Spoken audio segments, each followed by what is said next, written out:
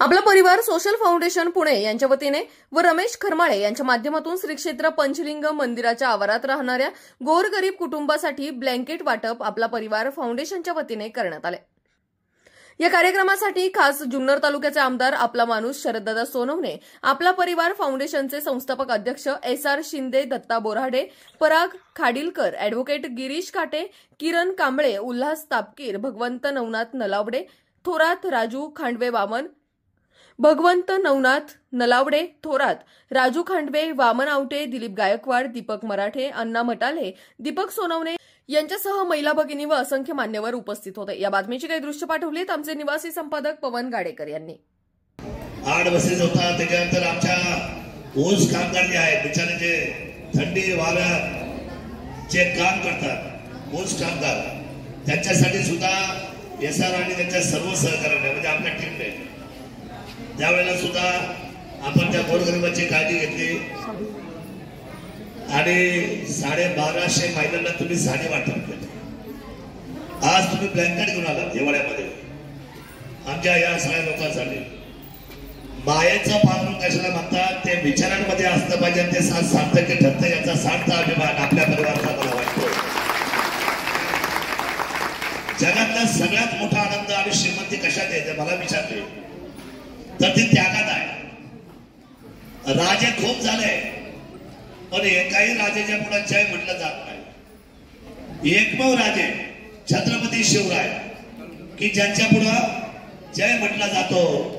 या लहान मुलाच्या तोंडातून सुद्धा आणि ज्येष्ठ एखादा माणूस फार बेडवर जरी असेल आणि ही लडकारी जर ऐकली ना, छत्रपती शिवाजी महाराज की हा जय माझ्या राजाचा 400 वर्ष झाले तरी कशामुळे?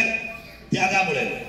म्हणून मला असं वाटतं की आपल्याला परमेश्वराने ज्ञान दिलं, साधना दिली, संपत्ती दिली, मग याचा वापर आपण त्यागासाठी केला पाहिजे। आपल्यापेक्षा खाली किती लोक आहेत त्यांना आपण जपलं पाहिजे।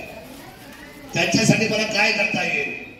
एखादा मोठा वाढदिवस साजरा करायचा आहे आणि 4 लाख रुपये त्या वाढदिवसाला खर्च करायचे, पण त्या 4 लाखात जर समजा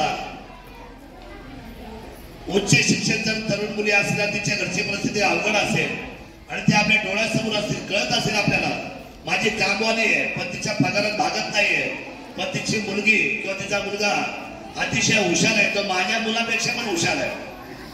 कधी कधी असं असतं ना, आपण खूप क्लासेस लावतो पण आपली मुलं तेवढ्या ताकदीने चालत नाही। पण एखादी गरिबाची असेल पण तिच्याकडे कुठलीच पद्धतीची समजा त्यावेळेला परिस्थिती नसेल, पण ते शाळेमध्ये क्लास करून असतात, अतिशय हुशार असतात। 4 लाख रुपये जर त्या मुलीच्या शिक्षणाला तुम्ही जर खर्च केले आणि उद्या ती जर समजा CA झाली, MA झाली, MBA पास आउट झाली, तर मला असं वाटतं की जगातला सगळ्यात मोठा पुण्याचा वाटा हा तुमच्या वाढदिवसाच्या असलेल्या त्या पितांचा आहे की त्याच्यामुळे तुम्ही समाज उभा करता। समाज उभं राहणं माझ्यासाठी फार महत्वाचं आहे। त्यामुळे मला आपला माणूस म्हणतात। महाराष्ट्रामध्ये आपला माणूस हे जे मला वाक्य मिळालं ना, ते माझ्या आमदारकीपेक्षा सुद्धा 100% मोठं आहे। मी आमदार नव्हतो तर लोक मला म्हणायचे मला आपला माणूस आला, आणि आता आमदार झालो तरी मला म्हणतात लोक आपला माणूस आला। उद्या महाराष्ट्र राज्याचा कॅबिनेट जरी झालो तर लोक मला म्हणणार की आपला माणूस आला। माझ्या दृष्टीने ते अतिशय महत्त्वाचं की त्यांनी असं मुलगा समाजाला दिला आणि त्या समाजामधून आज सगळ्या गोष्टी आज आपण मी मनापासून त्यांना धन्यवाद व्यक्त करतो। खरं हा तालुका पर्यटन होत असताना मी काल एक महत्वाची घोषणा काढली विधिमंडळामध्ये, ज्याचा अभिमान अखंड हिंदुस्थानच्या 13 कोटीला वाटला, जे कुणाच्याही डोक्यात नव्हतं। मी विधिमंडळामध्ये मुख्यमंत्री असताना मी म्हटलं की साहेब मी मांडतोय त्याला रिप्लाय व्हायला पाहिजे। मी त्यांना म्हटलं की ज्यांनी जिथे जन्म घेतला ती शिवभूमी आणि जिथे राज्याभिषेक झाला तो रायगड, पुरातत्व भागाचे निर्णय किंवा त्याच्या असलेल्या नियमान अटी या फार कडक आहे मला माहित आहे, पण तरी सुद्धा आपला स्वाभिमान आपण गहाण ठेवू शकत नाही। या रायगड आणि शिवनेरीवर स्वराज्याचा जगातला सगळ्यात मोठा आणि उंच भगवा ध्वज हा तुम्ही पारित केला पाहिजे, त्याला मंजुरी दिली पाहिजे आणि लगेच रिप्लाय आला। मला सांगा तुम्ही आम्ही राहू न राहू, पण आपण निशांत राहायला पाहिजे हिंदुस्थानाचं. या निशाणासाठी असंख्य लोकांनी आपल्या आयुष्याची माती केली आणि म्हणून ते जे मी मागणी केली त्याचं ते प्रत्यक्ष उत्तर आलं. आता शिवसेनेला मुख्यमंत्री सगळी मंडळी येतील, आपण काम करूयात. बरीच काही गोष्टी करतात. मी तुम्हाला आता रोपे करून देणार आहे शिवसेनेचा.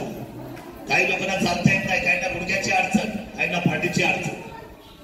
अशा लोकांना किंवा ज्येष्ठ लोकांना शिवसेनेवर जाण्यासाठी आपण रोपे आता प्रस्थापित केलेला आहे.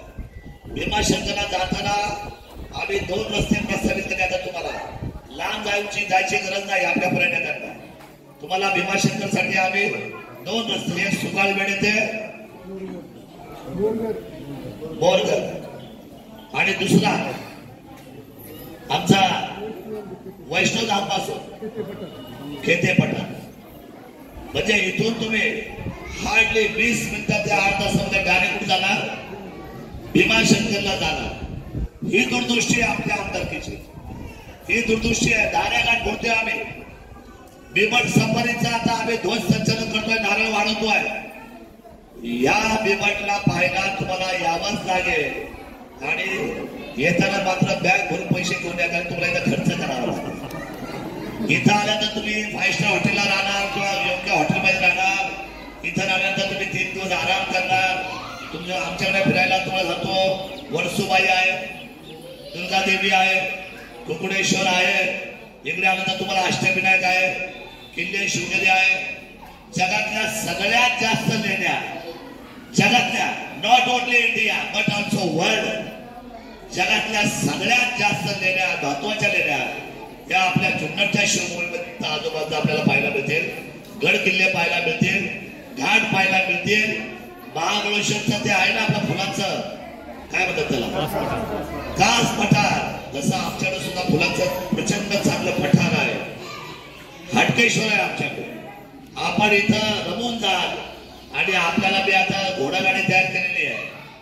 ज्या घोडागाडीमध्ये तुम्ही फिरायचंय, बसायचंय त्या बग्गीमध्ये. घोडा काय झाला आता हे सगळं करतोय आम्ही आपल्यासाठी. ज्यावेळेला बिबट सफारी चालू होईल त्या दिवशी मात्र तुम्ही सगळी मंडळी महाबळेश्वर विसराल, माथेरान विसराल आणि सगळ्यात पर्यटनाचा सगळ्यात मोठा हब कुठं होईल, छत्रपती शिवरायांचा जगातला सगळ्यात उंच पुतळा होतोय इथे. इथे काम चालू आहे. त्या कामाला तुम्हाला जेवढा उपयुक्त वाटेल तेवढा निधी मात्र द्या, कारण त्याला खर्च आहे 68 कोटी रुपये. किती? 68 करोड. 10 कोटी तुम्ही घालवले आतापर्यंत खिशात, पण तो पूर्ण होणार आहे. वर्ष ते 1.5 वर्षामध्ये ज्या लोकांनी आपल्यावर राज्य केलं, कोणी कोणी राज्य केलं आपल्यावर, राज्य केलं शिवराय गेल्यानंतर ब्रिटिश, फ्रेंच, डच, पोर्तुगीज यांनी आपल्यावर राज्य केलं. मग आता ती लोक ज्यावेळेला पर्यटन म्हणून जेव्हा इंडियामध्ये येतील आणि जेव्हा ते गुगलवर सर्च करतील, त्या गुगलवर त्यांना सगळ्यात पहिल्यांदा पर्यटनचा तालुका कुठला दिसेल तर तो जुन्नर दिसेल. आणि मग ज्यावेळेला ते शिवभूमीमध्ये येतील आणि हे डच, पोर्तुगीज, फ्रेंच आणि इंग्रज ज्या वेळेला माझ्या राजाचा पुतळा बघून अभिवादन करतील, त्या दिवशी हिंदुस्थान जिंकला असं मी समजेल. आणि म्हणून एवढी मोठी गोष्ट, आणि म्हणून एवढी मोठी गोष्ट हातामध्ये घेऊन आपण कामाला लागलो. आणि मला खात्री आहे ते आम्ही पूर्णत्वाला नेणार. एखादा संकल्प सोडला की ते पूर्ण करण्याची जबाबदारी माझ्या खात्यावर आहे. कारण मी कोण आहे? आपला माणूस. आपल्या माणसाची जबाबदारी कधी संपत नाही, ती संपणार नाही. आणि म्हणून जो शब्द दिलाय अरुण मोरे सर उपस्थित आमच्या या पंचलिंगचे माझे सर्व, माझे घरातले सगळे, हे माझं कुटुंब आहे बरं का, हे माझं कुटुंब आहे. हे साधी माणसं माझं कुटुंब. पंचलिंगच्या माझ्या सर्व असले तर माझे बंधू भगिनी फोन केल्यानंतर माझी ताराबाई लगेच पळत आली मंजारी.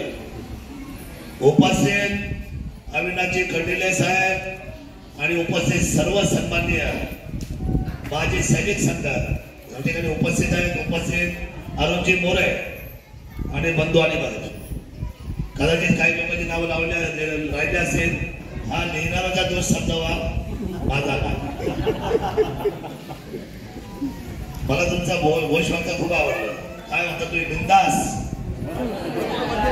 मस्त मस्त मजेत बिंदास 24 तास. काय वाक्य वा, तसंच असलं पाहिजे. मी मस्त मजेत होतो म्हणून मी अपक्ष आमदार झालो महाराष्ट्र राज्याचा. काही काही लोकांना चिन्ह मिळून सुद्धा टेन्शन होतं, काय करावं. पण मी बिंदास होतो आणि 24 तास होतो. कुठे? सर्वसामान्य जनतेमध्ये, माझ्या मातीमध्ये आणि माझ्या माणसांमध्ये होतो. म्हणून मी बिंदास होतो आणि म्हणून या महाराष्ट्राच्या पटलावर अपक्ष आमदार या शिवभूमीचा मी माझ्या मायबाप तुला धन्यवाद व्यक्त करतो. कार्यक्रम करतोय, उपक्रम करतोय. समाजाला दिशादर्शक असा हा उपक्रम करत असताना प्रत्येकाला भारावून यावं, 2 कानाने ऐकून छातीपर्यंत हृदयापर्यंत साठून ठेवावा असा हा कार्यक्रम आहे. आणि त्यानिमित्तानं तशीच उपस्थिती असणं महत्वाचं आहे. आणि म्हणून आज या कार्यक्रमानिमित्त ज्यांनी ज्यांनी खरोखर आपलं मातीशी नातं कायम ठेवलेलं आहे, घट्ट पक्क आहे आणि पुढे जाता जाता जाता आयुष्यभरामध्ये आपण समाजासाठी काही देणं लागतो. या निमित्तानं आपल्या आयुष्यातला बराच काळ त्यांनी समाजासाठी दिला.